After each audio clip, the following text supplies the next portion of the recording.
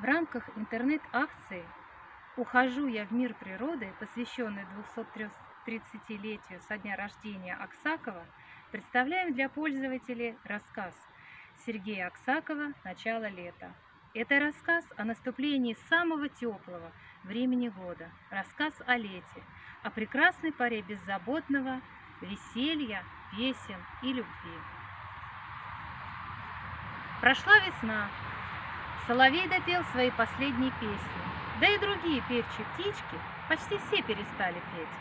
Только ворокуша еще передразнивала и переигрывала голоса и крики всяких птиц, да и та скоро должна была умолкнуть.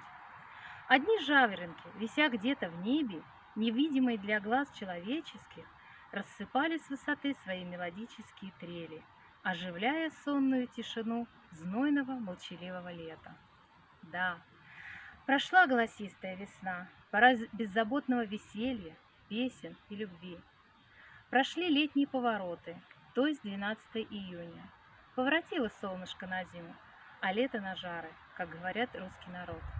Наступила для птиц пора деловая, пора неусыпанных забот, беспрестанных опасений, инстинктивного самозабвения, сопровождения, пора родительской любви. Вывелись дети у певчих птичек, надобно их кормить, потом учить летать и ежеминутно беречь от опасных врагов и от хищных птиц и зверей.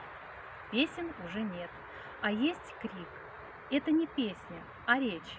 Отец и мать беспрестанно окликивают, зовут, манят своих глупых детенышей, которые отвечают им жалобным, однообразным писком, разевая голодные рты.